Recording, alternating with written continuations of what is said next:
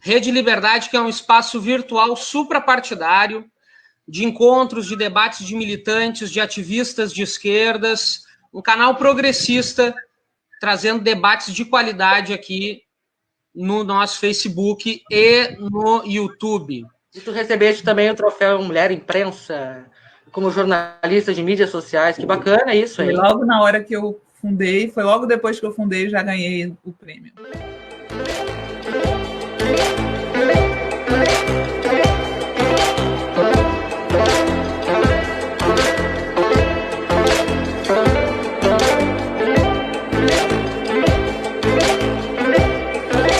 Olha, Renata, eu tenho defendido já há algum tempo, em alguns lugares onde me perguntam isso, que a gente já pode ver traços fascistas, ou pelo menos proto-fascistas no Brasil lá em 2013.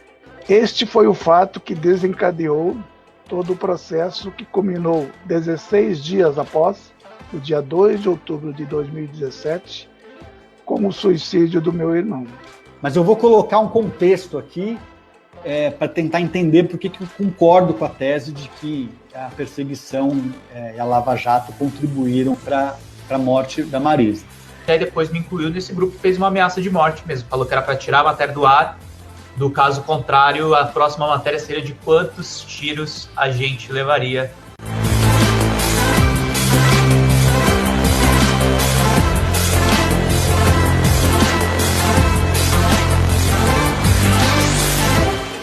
Né? Acho que a gente sempre tem que entender a força da resistência, nunca subestimar a força da resistência e que as coisas mudam, o mundo é uma constante mudança.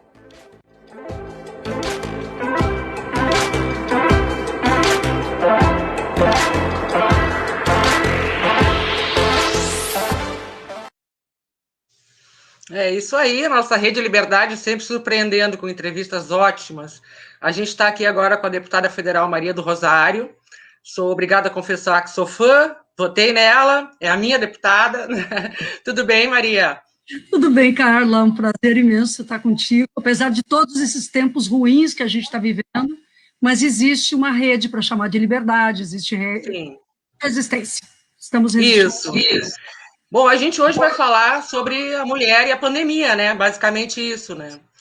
Mas eu queria começar te perguntando pelo que eu acho que toda mulher que é tua fã gostaria de te perguntar. Tu foste a primeira mulher no Brasil a derrotar judicialmente o Bolsonaro, né? Naquele episódio em que ele te desrespeitou e tal.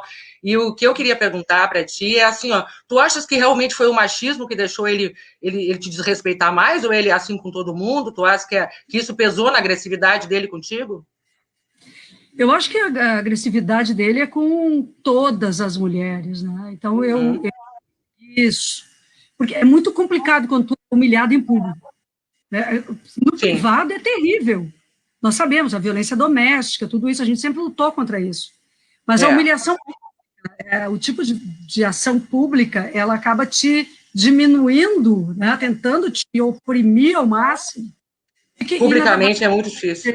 Publicamente, E aí foi uma coisa que eu acho que foi meio pesado pelas palavras, por tudo, e eu acho que por ter conseguido, Carla, lidar com isso como uma violência que é contra todas as mulheres, na medida que eu estava ali num mandato público, né, no exercício de um mandato público, que aquilo afetava a todos e todas, até porque ele é uma pessoa pública, com seguidores. O fato de ter lidado com isso dessa forma me ajudou a reagir e a derrotá-lo, porque as mulheres me ajudaram a derrotá-lo. Não o derrotei sozinha, não. Todas nós. Né? Foi por todas nós. Por isso que a gente se orgulha tanto disso. E tu também sofreste ataques machistas do Cabo Júlio, do Marcel Van Hatten, né? Tem semelhanças nesses ataques ou não? Olha, se tu perceberes o perfil das pessoas que nos atacam, elas são de extrema direita, elas são de direita, elas são ultra neoliberais, são da destruição de tudo que a gente construiu como política pública. Então eu vejo uma semelhança no ataque, porque vem de onde?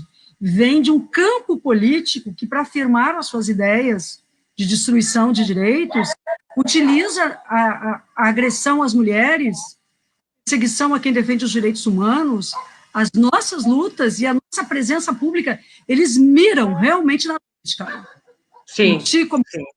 Nas pessoas LGBTIs, nos negros e negras, fomentam o ódio. Por trás desse ódio, junto com ele, na verdade, o que está? Está um projeto de destruição de todos os direitos de todas as pessoas. Porque eles coesionam pessoas a partir do ódio. Sim. As pessoas se... É triste pensar, mas se coesionam a partir do negacionismo, do ódio, de sentimentos absurdos.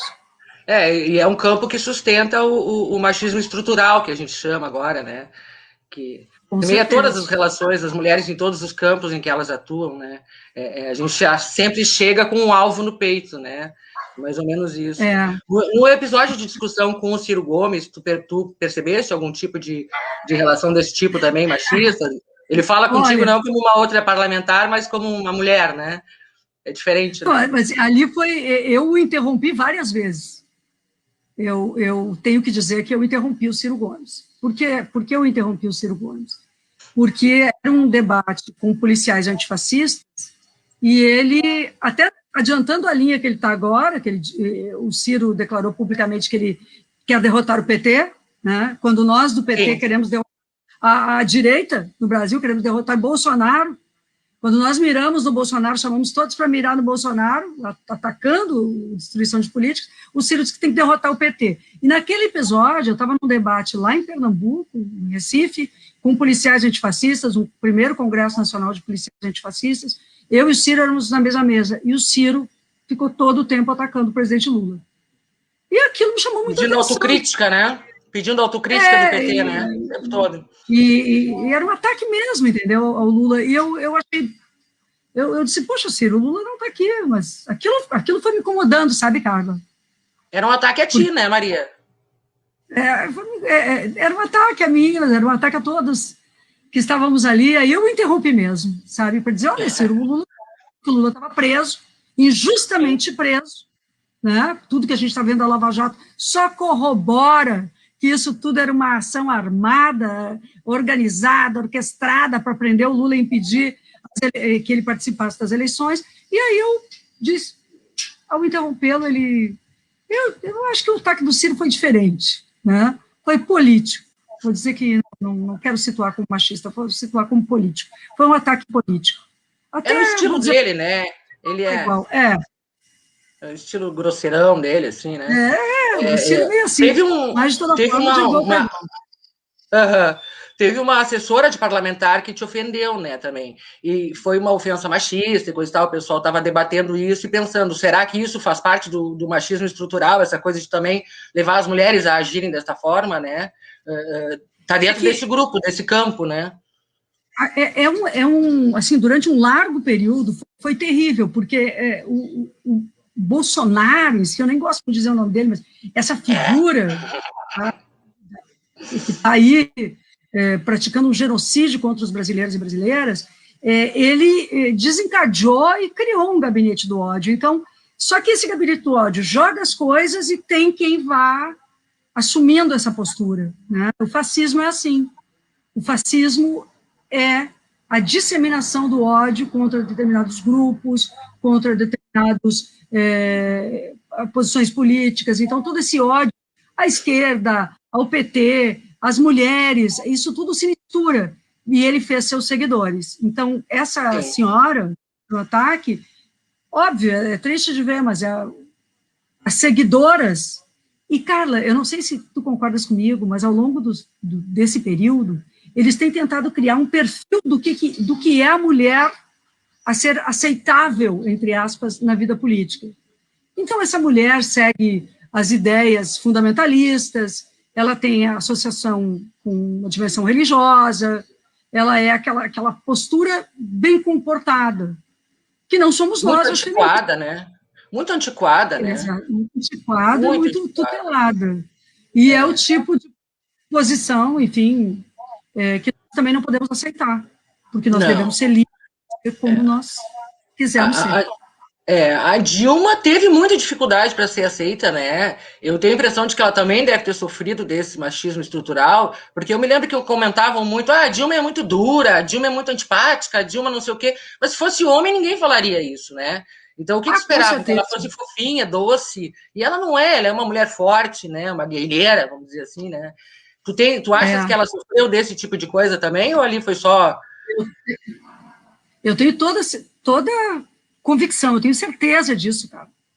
Que o discurso misógino, o discurso de ódio contra Dilma foi o caminho pelo qual eles potencializaram o seu projeto econômico e político. Então, é isso mesmo, sabe? O ataque a Dilma é porque eles são machistas, é porque eles são misóginos, é porque eles odeiam a presença pública das mulheres, mas é também porque eles utilizaram esse discurso em um país culturalmente machista para injetar o golpe contra ela. E um país acostumado a ver mulheres só como primeira-dama, né? Que eles chamam de primeiro-damismo, né? Uma mulher à frente é muito mais difícil de aceitar, né? Para esse pessoal que tem essa cabeça mais atrasada. Tu achas que a gente ainda falta muito para a gente ter maior representação? O que acontece com essa baixa representatividade de mulheres na política? Né? De onde vem essa dificuldade, né? De entrar na política? Nós estamos ampliando a representação, mas o perfil da representação que está se ampliando também é altamente conservadora e contra a nossa causa, como mulheres, contra a liberdade das mulheres e a liberdade e os direitos humanos de modo geral. Então, nunca fez tanto sentido a gente dizer assim, não basta ser mulher, nós precisamos ter um compromisso transformador da política, levar os valores que nos movem e sermos mulheres livres, para defender o que as nossas posições, porque preparadas nós somos. Muitas mulheres estão preparadas. Agora, por que as mulheres são menos votadas, então? Eu não tenho nenhuma dúvida que a política institucional, ela é um ambiente masculino, um ambiente que nos agride, que nos dificulta, porque nós exercemos diferentes papéis, estamos em diferentes lugares, culturalmente, nós ainda somos as principais responsáveis pelos nossos filhos e filhas, pelos pais e mães idosos, pela família, pelo contexto. A gente foi para o mundo do lado de fora da casa, mas a gente continuou fazendo o trabalho inteiro. Né? Tem aquele que, aspas aqui, ajuda. Ajuda em casa, me dá uma coisa, assim, não gosto nem de ouvir.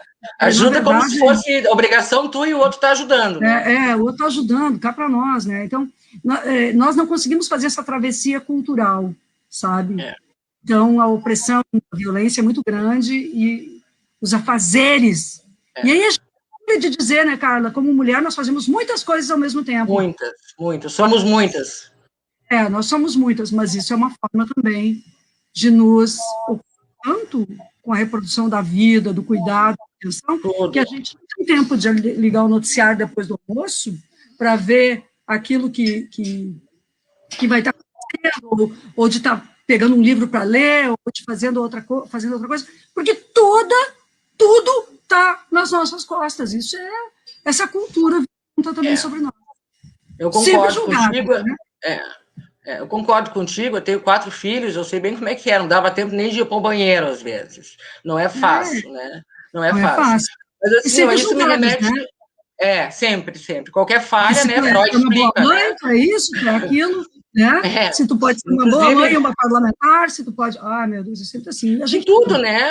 A esquerda também erra muito no discurso. Hoje eu li um texto que até tá bem engraçado, só que o tempo todo o texto culpa a mãe do Bolsonaro por todas as coisas que ele faz, porque ele foi criado por ela. Mas, enfim, uma coisa freudiana muito estranha.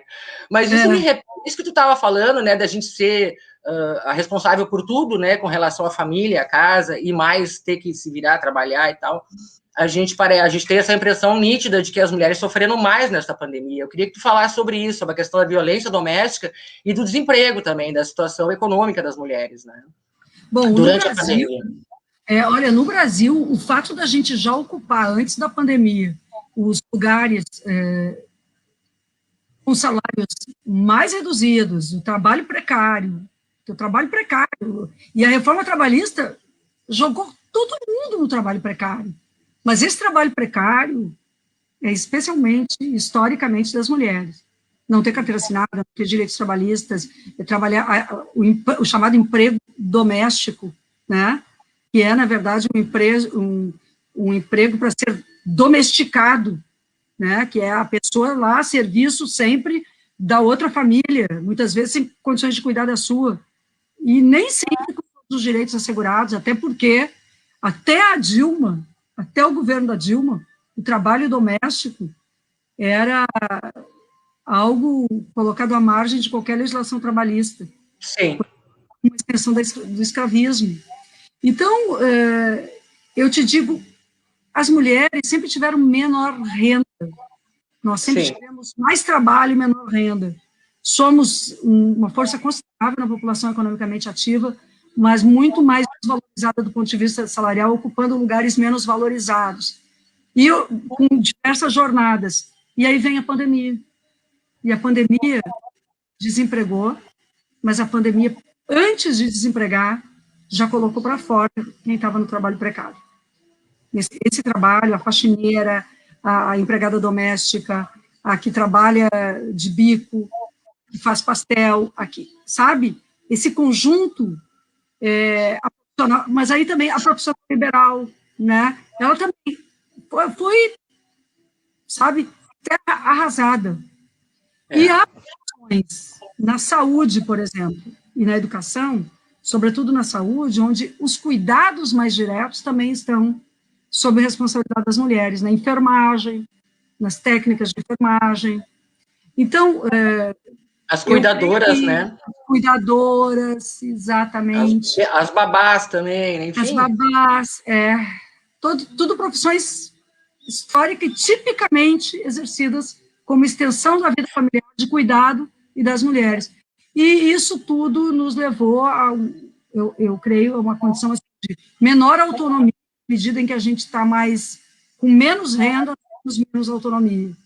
E a convivência, para aquelas que conseguiram fazer a convivência, temos mais de um ano dessa necessidade de isolamento, a violência explodiu de um modo absurdo.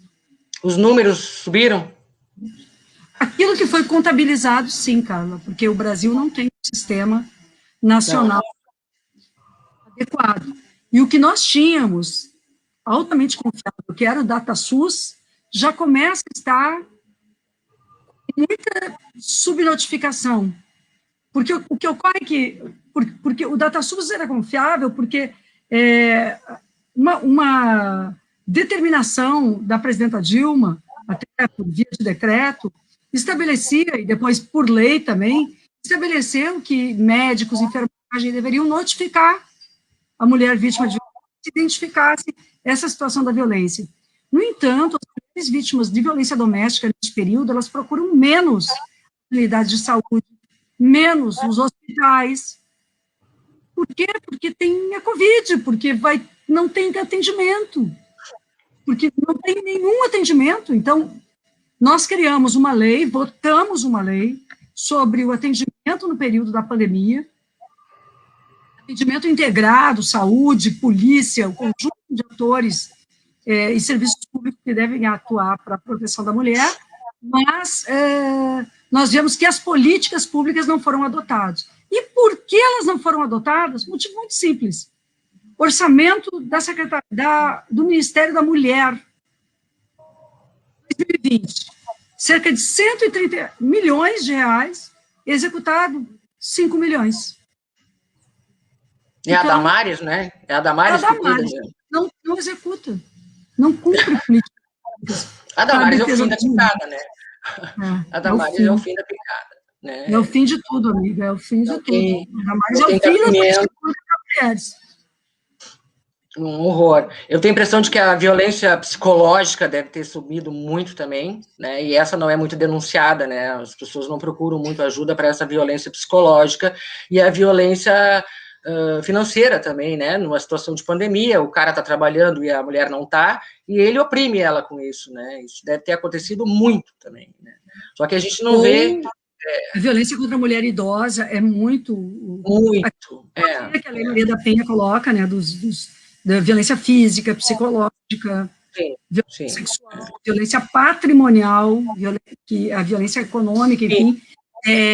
A mulher idosa, ela passa por essa violência porque ela tem uma renda, seja quando ela tem a renda da aposentadoria dela, seja porque ela, né, ela conquistou, uma pensão, né? Ela é o dinheiro dela, aquilo que deveria estar sob o poder dela, lhe é retirado.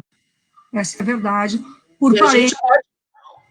Maria, a gente pode, comparando com um homem aposentado, a gente pode dizer que o homem aposentado consegue se proteger mais desse abuso, né? Com certeza. A mulher aposentada, ela é vó, ela é mãe, ela quer atender a todo mundo, ela não pode ver ninguém mal. O homem, ele se restringe mais e as pessoas não vão tão, né? Não é tão fácil enrolar. E eu, no período que eu fui ministra de Direitos Humanos da presidência da Dilma, nós implantamos o Disque 100 também para a pessoa idosa. E aí me chamou muito a atenção o aspecto da mulher idosa, porque ela fazia chegar a denúncia. Num primeiro momento, ela buscava ajuda, né? Sim. Mulher sofrendo violência patrimonial, grande parte, procurava ajuda. Mas quando a gente falava em levar a denúncia adiante, e ela falava que ela ia denunciar o filho, o neto, né? Desamparada também, emocionalmente, né? Aí ela não queria seguir. Ela não queria seguir, porque ela não quer denunciar alguém da sua família, né? Ela queria que o sistema tomasse conhecimento, mas ela registrar, ela não era favorável. Então, a gente fez até uma pesquisa nesse período que mostrou o grau de violência patrimonial que nós recebíamos como denúncia, mas também quantas mulheres declinavam de seguir com o processo, porque, na verdade, ela estava tentando salvar aquela família, mas ela queria que a gente acessasse. Então, esses parentes que muitas vezes agem de forma inadequada com a mulher idosa, a violência de todo tipo, que é um alerta para a gente, sabe? Que não tem política pública estruturada para a pessoa idosa no Brasil para salvar a vida das pessoas. A gente viu um caso que ficou emblemático, foi daquela senhora que aparece no elevador com o filho jogando uma garrafa d'água nela, e depois se soube que ele vivia sustentado por ela, que ele não trabalha, não. E aí ela veio com uma conversa de que ele é doente, que é esquizofrênico, que isso, que aquilo. Olha, para mim são duas coisas bem diferentes, né? Esquizofrenia não tem nada a ver com exploração, né? Ele pode ter surtos psicóticos se ele não tiver medicado, mas isso de ser sustentado pela mãe e agredir a mãe não combina muito com a doença, né? Na minha opinião. Eu acho que é mais de mãe. Mas de toda forma, a pessoa acabou arrumando algum jeito de amenizar, né? Amenizar. É possível, é possível. É bem difícil. Bem difícil, porque depois ela vai ficar sozinha, se ela só tem esse filho, né? Tem tudo isso. Mas eu queria agora tocar num outro ponto contigo com relação ao movimento feminista, né? Quem tu achas que está representando esse movimento hoje no Brasil? Que grupos, que ideias que representam melhor ou mais fortemente o feminismo no Brasil, a defesa dos direitos da mulher e tal? Olha, eu acho que nós temos uma diversidade tão grande que é até perigoso. Tem várias vias agora, né? Mas isso é bom, né? Porque o feminismo negro, por exemplo, das mulheres negras, com Ludmilla e muitas outras, com Vânia, com o pessoal da Bahia, eu acho que, assim, tem tido Geledés, tem tido, assim, uma presença muito forte, muito bonita, de afirmação da presença das mulheres negras e da denúncia dessa opressão cruzada, articulada, entre a violência contra a mulher e a violência contra as mulheres negras, de modo especial, o empobrecimento, a exploração. Eu creio que é um viés muito importante no Brasil de hoje. Há jovens feministas que estão organizadas, que eu acho muito interessante, pela forma como se organizam em torno das questões sexuais e reprodutivos, que levantam o tema do aborto, que levantam o tema de direitos, da não violência. E há um feminismo que é a base da nossa presença na luta política. Há também aqueles segmentos que hoje já estão retomando questões muito importantes, como, por exemplo, a luta contra a carestia, né? Que foi uma forma pela qual as mulheres, nos anos 70, nos anos 80, se organizaram de forma muito forte, pelo direito que vem da periferia também, que tem a ver com o direito à alimentação saudável, que se cruza com a economia solidária, com a autonomia das mulheres nesse campo. E há também os grupos mais tradicionais, eu acho que o CFEM está nele, a TEMES está nele, o Coletivo Feminino Plural é parte disso, são coletivos, as Catarinas, né, o movimento de Santa Catarina, que são as Catarinas ali juntas, eu acho que tem em cada estado aí a gente pode ver formas importantíssimas, né? Hoje estão reunidas no chamado Levante Feminista, que a Márcia Tiburi nos puxou a isso também, entre outras. Muito bom, muito bom. Muito bom, e nós somos o Levante Feminista desse 8 de março. Contra o feminicídio, contra a violência. Com relação à mulher negra, né, eu acho que isso já vinha sendo trabalhado há mais tempo, mas eu acho que a Marielle e o próprio assassinato dela deram um boom, né, assim, o vai ou racha, ou a gente deixa que isso aconteça e não faça nada, não vamos fazer nada, ou vamos usar isso como uma forma de lutar, vamos dar esse grito, né, eu acho que as mulheres negras passaram a se organizar com mais, até com mais publicidade, vamos dizer assim, né, mais publicamente, né, mas enfim, foi uma coisa que ajudou a crescer bastante, né?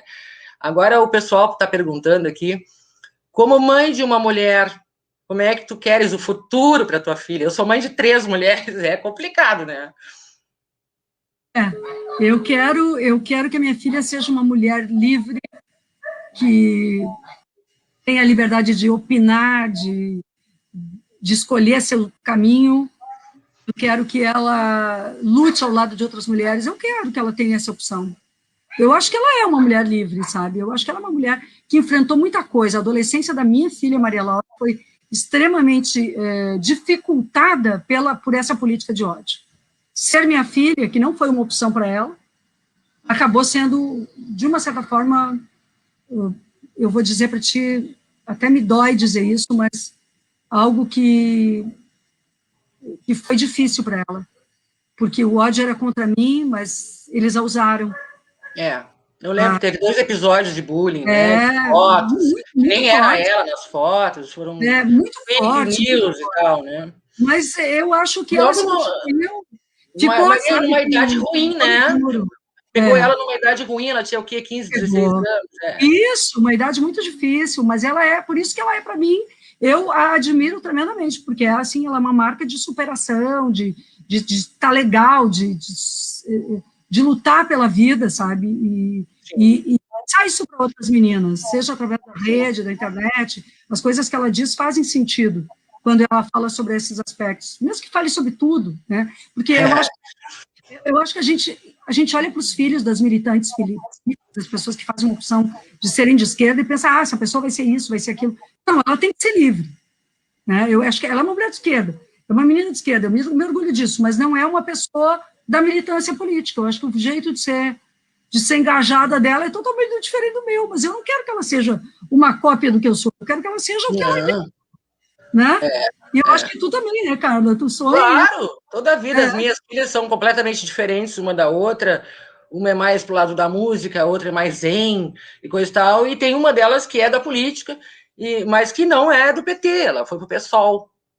Eu acho interessante, porque ela foi além de mim, vamos dizer assim, sabe? Ela foi mais, né? E o movimento que ela fez foi o mesmo que eu fiz na minha adolescência. Em vez de entrar para o Partido Comunista, eu fundei o PT. Quer dizer, são coisas que a gente vê sendo repetidas, mas de formas diferentes. Então, o mundo vai mudando e a gente tem que aceitar, né? Se o Tarso aceita, por que eu não posso, né? Mas imagina, né? Escuta, Maria, falando assim do Helenão, né, que foi um movimento espetacular, né, muito liderado por mulheres, né, porque ele era representativamente o nosso inimigo no momento em que ele te agrediu e ele agrediu outras mulheres no decorrer aí dele. E este movimento, ele deu uma diminuída agora durante a pandemia e tal, mas ainda está, né, ainda está vivo nas nossas cabeças e a gente ainda quer que ele saia, né. Ontem ou anteontem saiu aquela queixa-crime do governador do Maranhão contra o Bolsonaro, que pode acontecer de tirar ele por uns dias, pelo menos, do ar, né? Mas eu queria saber de ti, assim, esse impeachment sai ou não sai? Entendeu? Existe alguma outra forma da gente se livrar dele, que não seja depender do Congresso, que todo está pendendo para o lado dele? Olha, Carla, primeiro o seguinte, ele não é um marco na história e a pior coisa que eu vejo é o discurso de que nós, mulheres, por termos feito ele não, o Bolsonaro se elegeu. Eu detesto quando dizem isso, porque, na verdade, nós fizemos a resistência que deveríamos fazer. Ninguém pode dizer que as mulheres brasileiras, as feministas brasileiras, as mulheres que lutam no Brasil, avisaram o Brasil de que esse sujeito era... Foram vários atos, várias ações, foi uma coisa linda. Né? Uma força incrível, e parecia um grito preso na garganta que precisava ser colocado a público. Então, eu acho que nós somos, assim, a base de uma resistência fundamental, e não vamos deixar de ser. Nós, mulheres, não. Nós vamos seguir sendo resistência a um governo que está matando as pessoas. E, agora, o aspecto que tu colocas do impeachment, eu te digo muito claramente, as elites no Brasil seguiram ganhando. Elas estão ganhando, elas estão lucrando com a crise, com a pandemia, eles estão aplicando o ajuste fiscal.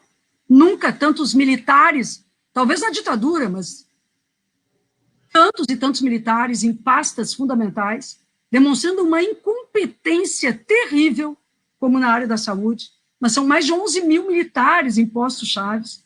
Então, tem quem esteja ganhando muito com este momento. E por que o impeachment não sai? Por isso. Porque as elites continuam existindo, porque a presença dos militares é enorme. Então, eu digo com toda certeza para ti que a nossa luta tem que continuar. Nós não podemos desistir do impeachment. Nós temos que continuar lutando por ele, porque a cada dia com Bolsonaro é mais um dia de genocídio. E com relação ao auxílio emergencial, eu sei que as bancadas do PT estão lutando aí para manter os R$600, né? E não essa proposta de 250 do Bolsonaro, que é muito baixa, né? É um valor que não cobre nem a cesta básica, né? Som. Peraí, Maria. Tá sem som.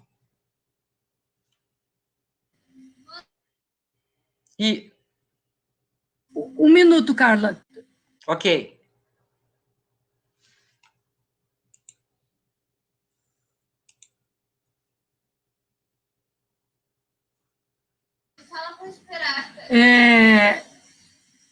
Carla, desculpe. Eu tive aquelas coisas que a gente falou, das mulheres fazendo 30 coisas ao mesmo tempo. Bom, vamos lá. Gente, o que a Carla trouxe agora, dos R$250 que o governo quer pagar, ou dos R$600, e eles parou o auxílio emergencial, contra a nossa opinião, as pessoas foram jogadas já na miséria extrema. O significado disso, assim, a virada de 2020 para 2021, ela diz muito sobre o Brasil que nós estamos. Porque o governo que não se preparou para receber a pandemia que iniciou em 2020, esse governo não se preparou durante o ano de 2020 inteiro para a pandemia que não só continuou, mas se tornou mais grave em 2021, justamente pelo que não foi feito em 2020. E o fim do auxílio, o fechamento de leitos de UTI na virada do ano, quando terminou o orçamento de guerra, aí nós tivemos o fechamento efetivo de leitos, tivemos a redução dos recursos na saúde, e o Brasil não comprou a vacina. A ciência foi capaz de produzir a vacina em diferentes laboratórios do mundo, mas o Brasil foi incapaz de assegurar que essa vacina chegasse aqui. Então, olha, é tão grave o que nós estamos vivendo, e aí, claro, nós seguimos defendendo os R$600. Até porque, Carla, o que eu disse para os deputados e senadores que estão votando os 250, vocês vão dizer para alguém, para uma mãe, chefe de família, se ela compra o gás ou compra feijão e arroz? Porque o gás explodiu, a gente falava agora há pouco, o preço das coisas. O gás explodiu de verdade, o preço. De verdade, literalmente. Literalmente, o preço das coisas está absurdo. Mas é um projeto genocida, né, Maria? Se tu pensar bem. Porque eles agora, neste momento em que já estamos quase chegando aí nos 300 mil mortos, em que está tudo bandeira preta, né? Qual é o discurso deles? Ah, a culpa é do povo que foi para balada, a culpa é do povo que foi para a praia, a culpa é do povo que aglomerou. Não, a culpa não é do povo, a culpa é de toda essa lista de coisas aí que tu citaste agora, né? A queda do auxílio emergencial, a falta de leitos em hospitais, não fazer o próprio lockdown, né, que é responsabilidade dos governantes fazer, né? Então, aqui em Porto Alegre, eu não sei se tu estás em Porto Alegre ou se tu está em Brasília no momento, aqui está um horror, né?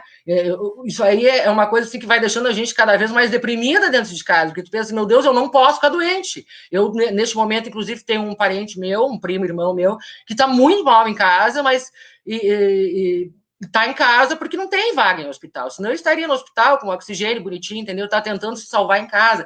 E assim como eu, tem milhares e milhares de pessoas desesperadas, porque não adianta tu levar uma pessoa para a porta de um hospital. E aí tu vê governantes irresponsáveis, como foi o caso do prefeito de Duque de Caxias, no Rio de Janeiro, que mandou todo mundo acima de 60 anos ir lá para se vacinar. Poxa, o cara tem um público de 100 mil pessoas, mas ele só tinha 6 mil vacinas.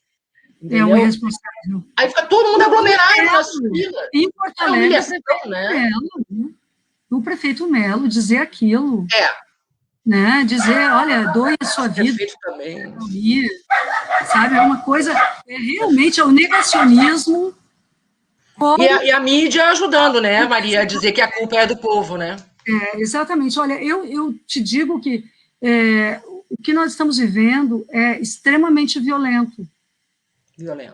Que tu não teres o direito à vida, sobreviver, estar sujeito a essa doença, e ver, inclusive, isso me toca muito, para contigo, porque eu trabalho aqui, no meu trabalho remoto, com a Câmara, o plenário, a gente entra pelo computador e tal, é aqui perto da minha janela, da frente de casa. E eu olho para fora e converso com quem chega aqui, quem está passando, às vezes. Bom, o que aumentou de gente pedindo, de gente que revira o lixo, desespero, de gente que tem criança que não tem nada, de gente que não tem máscara, mas que te pede se tu tem pão, se tu tem alguma coisa. Então, assim, nós voltamos ao mapa da fome. Essa fome é real, as pessoas estão sofrendo.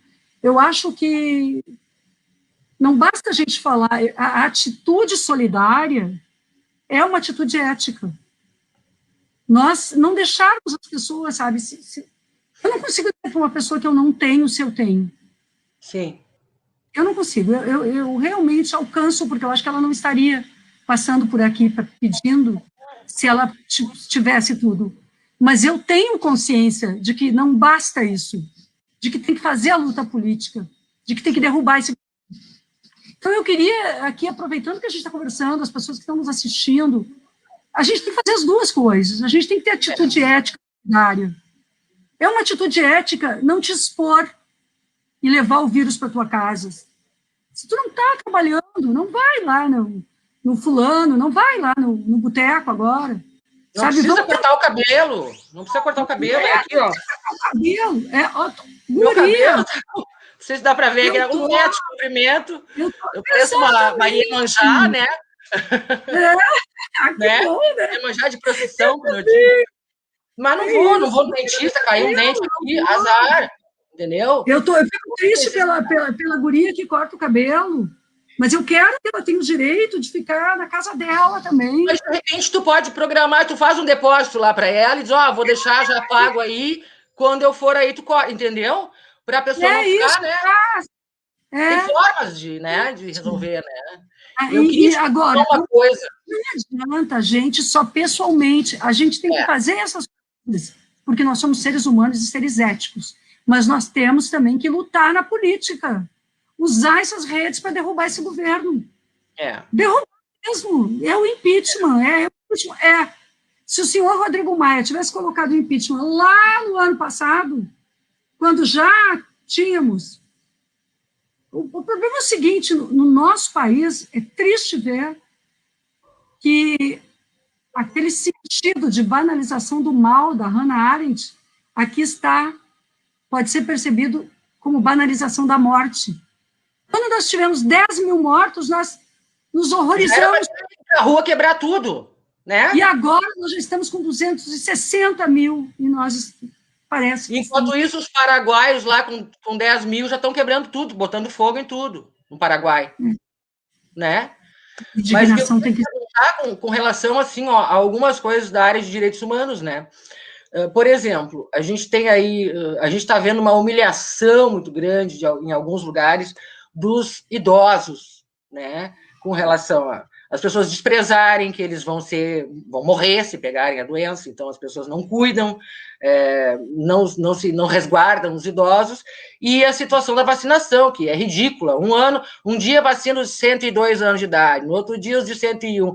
Quando é que isso vai acabar? Né? Isso é um absurdo. E ninguém aciona o governo com base no Estatuto do Idoso. Outra coisa que eu verifiquei, que nós temos lá o ECA, né, que é o Estatuto da Criança e Adolescente, e que deveria bastar para impedir que abrissem as escolas. Porque se não tem vacina para as crianças, a vacina é só acima de 18 anos, a gente tem a obrigação de proteger. Se os pais não querem proteger, o Estado tem que proteger, né? Então, são essas coisas que eu queria te perguntar. De que forma que se pode acionar esses estatutos do idoso e da criança e do adolescente para proteger essa população que agora mesmo morreu. Agora tem uma criança de 11 meses que eu vi uma notícia que está com Covid. E tem uma mãe que morreu no parto, deixou a criança também. Então, é uma série de situações aí que a gente tem os recursos de direitos humanos, a gente tem as leis, as coisas, mas parece que ninguém está... Porque a justiça tem que ser provocada, né? Ainda que essas questões, Carla, o Ministério Público pudesse agir de ofício. Sim. E eu acho que o Ministério Público no Brasil olhar realmente a sua responsabilidade de mover ações contra o poder público, no caso, ações judiciais, para assegurar os direitos coletivos, direitos das crianças, direitos de todos os idosos. A vacinação mesmo poderia, eu acho que não comprar a vacina é motivo para... É mais do que motivo para tirar esse presidente da República. Muito. É mais, além de todos os 60 pedidos que estão colocados lá.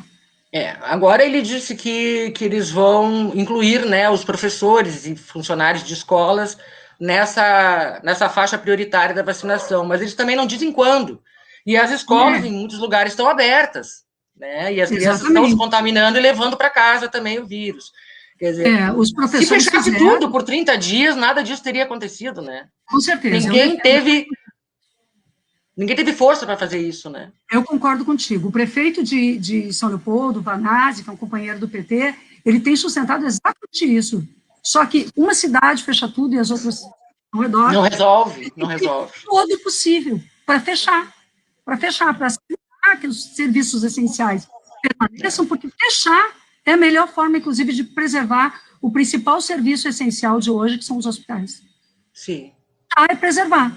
Agora, eu vejo que desde o governo federal até os estados e municípios, porque o próprio Eduardo Leite, o nosso governador, veio a público para esclarecer e desmentir o dito presidente da República, que mentiu que tinha dado 40 milhões de reais para o Rio Grande do Sul e repassou 3,5 milhões, e eu achei importante o Eduardo Leite, governador, vir a público para desmentir.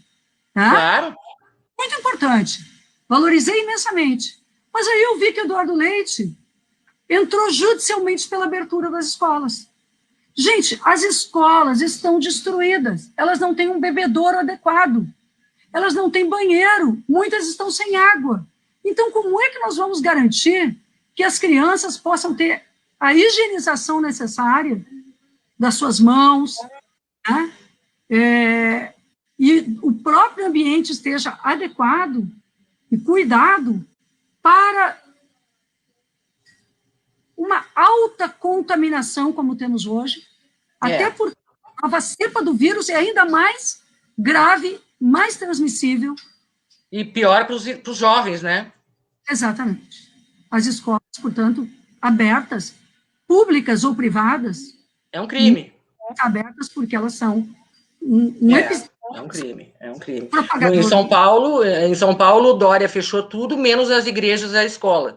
E aí eu me pergunto, né, para que igreja se Deus é onipresente, né? E por que mandar para as escolas justamente as crianças que não têm vacina para elas e essas novas cepas aí que surgiram aqui, porque a gente virou uma espécie de viveiro, né, de cepas novas no Brasil, né, tanto que o diretor da OMS está apavorado. Ontem ele falou, lá na reunião deles, que ou o Brasil toma vergonha na cara, vamos dizer assim, estou traduzindo, né, que o Brasil tem que levar a sério, porque é uma ameaça para o planeta todo, né. Teve casos aqui, já 2 casos aqui no Rio Grande do Sul, de 2 homens de 30 anos, que não morreram nem nada, mas que os dois tinham 2 tipos de vírus corona dentro do organismo deles. 2 tipos, né, 2 variedades ao mesmo tempo. Ele pegou em alguma aglomeração, alguma festa, pegou 2 tipos, os 2 aconteceu isso, 2 homens de 30 anos. E o pavor dos cientistas é esse, é que essas 2 cepas se juntam e formam uma terceira que vai acabar com a humanidade, entendeu? Porque a gente já tem mais ou menos uma ideia de que é isso que vai acabar com a humanidade, algum vírus, né? Mas provocar isso da forma como a gente está provocando no Brasil é né, aos olhos do resto do mundo, é horrível. Tanto que ninguém mais quer brasileiro, né? Carla, até agradecendo as palavras da Alexandrina também, e cumprimentando a Regina, dizendo realmente vacina para todos já é um direito, sabe? É um direito humano, Alexandrina, é um direito humano, Carla. É isto. Esse é um direito. E isso que a Alexandrina trouxe agora, que a vacina mais o distanciamento são os únicos caminhos para podermos enfrentar este vírus, isto tem um significado que é o seguinte: o Brasil tem uma linha política negacionista no poder que optou política e economicamente por isso que nós estamos vivendo hoje. Então, não é algo assim do acaso o que nós estamos vivendo. Nós estamos vivendo isso aqui, essas mortes estão sendo tão gravemente aqui, num número tão absurdo no Brasil, que será, em breve, o país do mundo com maior número de mortes, e o país com maior número de óbitos será o país mais atrasado nas vacinas, porque isto foi planejado dessa forma pelo governo genocida. Eu sei que o professor Pedro Alau, lá de Pelotas, foi processado por dizer que o governo era genocida, né? Mas nós temos que dizer todo o tempo, houve uma ressignificação da palavra genocídio. Aqui, genocídio, normalmente ele se dirigiria a uma etnia, a outra etnia. Aqui, todas as nossas etnias que compõem este Brasil, mas, sobretudo, os negros e negras, que são mais pobres, que estão mais vulneráveis, as comunidades indígenas e todos os demais que compõem o povo brasileiro, a partir destes mais gravemente atingidos, nós temos no Brasil um genocídio, um governo genocida. Vamos dizer, não querem que diga? Nós vamos dizer. Claro. Tem que dizer todo dia. E outra coisa, eles ficam calculando, vamos botar mais 50 leitos de UTI. Tá, em primeiro lugar, não tem médico, nem assistente, nem ninguém mais, porque tá todo mundo exausto e acabou. Não dá para botar num lugar de medicina intensivista, que chama, né? Uma pessoa que recém se formou, não dá, não vai salvar ninguém. Outra coisa, mesmo tu entubando a criatura, de cada 100 entubados, só sobrevive 25. Então, não é esse o movimento. O movimento é vacina, vacina e vacina de forma generalizada. Até o Paulo Guedes falou isso aí ontem. Né? Claro, porque esse governo é dono de fazer isso. Depois que criou... Diz, mas não faz, né? E das ideias. E aí discursa. Né? E a gente tem uma parcela da população que, infelizmente, apoia essa postura, né? A gente viu aí esse vídeo que um casal de empresários fez, dizendo que o Hospital Moinhos de Vento estava tudo bem, que era mentira da Folha de São Paulo, que não tinha problema. Não, um absurdo, entendeu? Como é que se prestam a fazer esse tipo de coisa, né? E a propaganda da FEComércio na TV todos os dias, dizendo que o comércio quer abrir, o comércio quer trabalhar. Eu acho criminoso durante a bandeira preta. Como é que deixa ser veiculado esse tipo de propaganda? Né? É muito errado, né? Muito errado. Inclusive, porque o comércio quer trabalhar, mas com que condição o comércio vai trabalhar? E o comerciário, a comerciária, com que condição vai estar trabalhando? Não tem. Nem os entregadores não estão seguros, né? Não estão seguros. Não. E são o exemplo, Carla, muito bem lembrado por ti, são o exemplo mais claro da precarização das relações de trabalho. A precarização, eles não têm direito a nada. Não têm direito a nada. É praticamente trabalho escravo, né? Exatamente. Então, eu acho que nós temos muito para lutar. Esse Brasil, desde o golpe contra Dilma, a democracia foi rompida, os direitos humanos foram destruídos, e agora eles estão em um processo largo e rápido de revisar todas as normas, toda a legislação e retirar. E o Luiz Fernando, quando fala a queixa-crime do Flávio Dino tem possibilidade de se tornar um processo, tem possibilidade, sim. Tem. Aí, Luiz Fernando, muito bem, muito boa questão, porque pela primeira vez, desde o início do governo Bolsonaro, a Câmara dos Deputados será obrigada a apreciar um pedido de processo contra ele. De investigação, né? De investigação. E este pedido, ele vai para a Comissão de Constituição e Justiça. E lá nós vamos ter um debate público. E eu sempre considero que o parlamento é um espaço muito controverso. Maiorias que existem hoje podem não serem maiorias amanhã. Não. Depende da pressão popular. Depende do viés também, né? Então, é uma grande contribuição do Flávio Dino, esse processo. Muito bom. Foi uma excelente contribuição também, adequada, juridicamente situada, do ministro do Supremo, Hélio Mello, que enviou a Câmara, e agora a Câmara deverá se funcionar. E quando um parlamentar vota, ele é fiscalizado pela sociedade. Eu quero chamar para fiscalizarem como votarão os parlamentares neste pedido de impeachment. Agora, se houver mesmo a discussão de um impeachment, para que ele aconteça, assim, por fora dessas pressões todas, os deputados têm que ter uma pressão popular também, né? No momento que a mídia e o povo fizerem algum tipo de pressão pedindo impeachment, enquanto isso estiver em discussão, eu acho que também facilita um pouco para mudar a cabeça dos deputados, né? Porque eles sabem que no momento em que eles fizerem alguma coisa errada, lá na base deles, eles vão perder espaço, vão perder voto, periga não se elegerem, perdem apoio financeiro, perdem uma série de coisas, né? Tem muito empresário quebrando, muita situação que também, né, muita gente que apoiou o Bolsonaro e que agora não está apoiando. Então, esses caras ainda estão vivendo de uma eleição que ainda não tinha acontecido a pandemia, ainda não estava nessa situação que estamos agora, né? Eles têm que ter consciência disso. Que o objetivo deles agora é fomentar esse ódio de novo, esse discurso de ódio de novo, para tentar coisionar. Então, porque o que eles estão preparando para o ano que vem, para 2022, é uma eleição de mentira, é uma eleição fake news, né?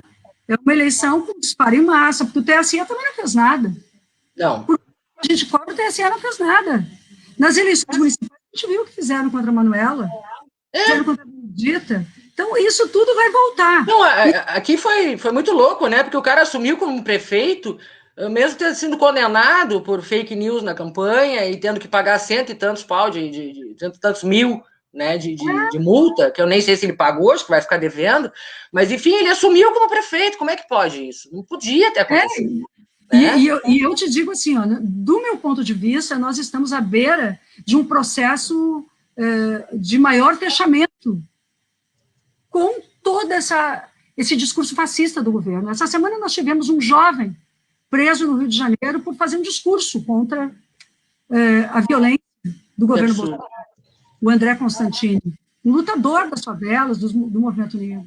Nós tivemos o Pedro Alau, ex-reitor da Universidade Federal de Pelotas, tendo que assinar um termo de ajuste de conduta. Puxa, isso é um absurdo, né? Calar um reitor, isso mesmo. Calar a academia calar a academia, calar a favela, calar... É fascismo. Fascismo, não tem outro nome. É ditadura.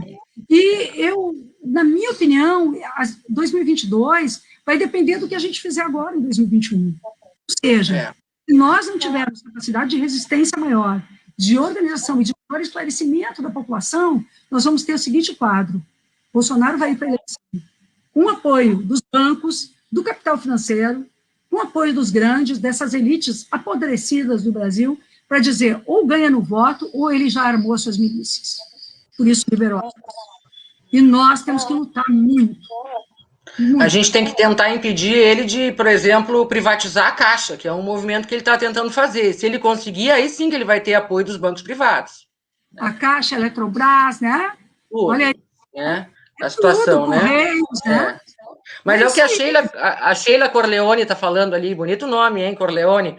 Então, precisamos nos articular e pressionar os parlamentares e não perder uma oportunidade de impeachment. Nós estamos amarrados sem poder ir às ruas. Ele está boicotando a vacina por isso. Eu acho também, eu acho que ele está se amarrando com o negócio da vacina, porque ele sabe que no momento que soltar os loucos na rua, não vai prestar, vamos quebrar tudo.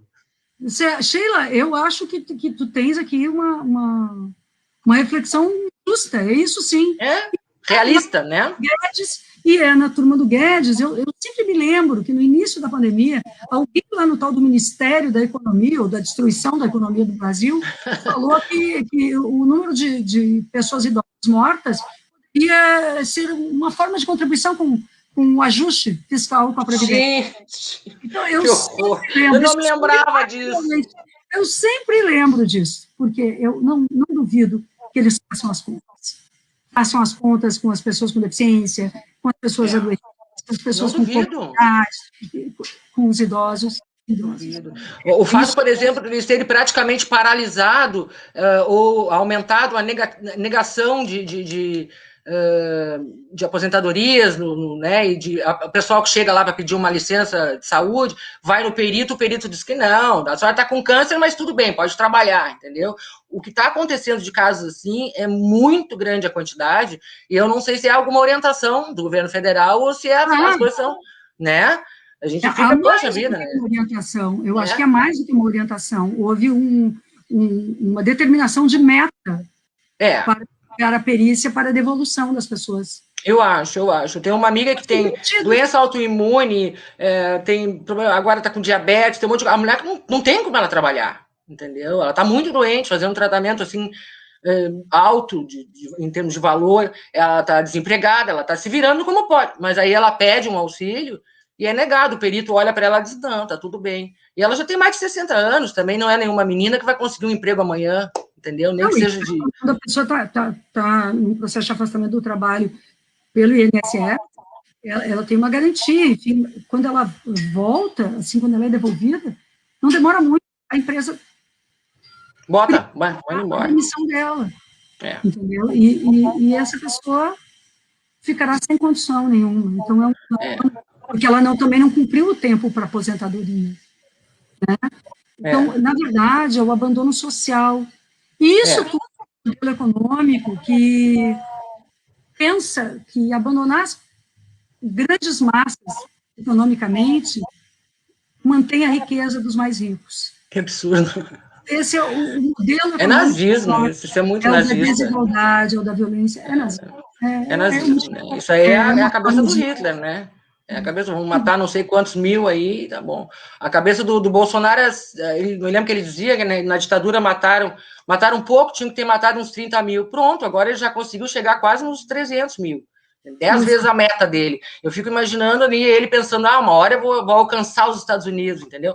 Ele né, esse ser meio psicopata, assim, né? A minha opinião política sobre... Carla, eu concordo totalmente. A minha opinião política sobre a forma com que o governo se move é que ele naturalizou a barbárie. Não, ele chega e diz que é para parar de chorar. Ele chama de mimimi o sofrimento de 260 mil famílias. Entendeu? Parem de chorar. Como assim, presidente? Né?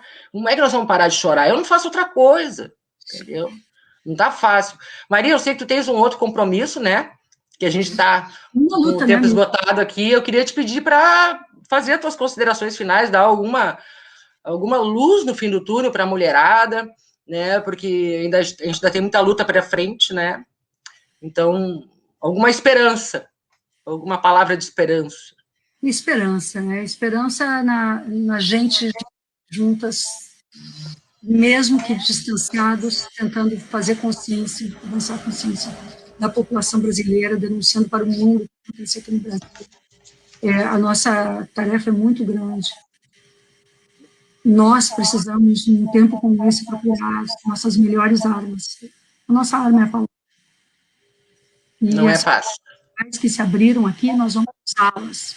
Nós vamos falar com as pessoas. Fale com as pessoas. Coloque o que é forte. Vamos ficar firmes. Vamos denunciar e anunciar. E das nossas lutas, nós construímos dias melhores. Vamos construir, com certeza. Não há...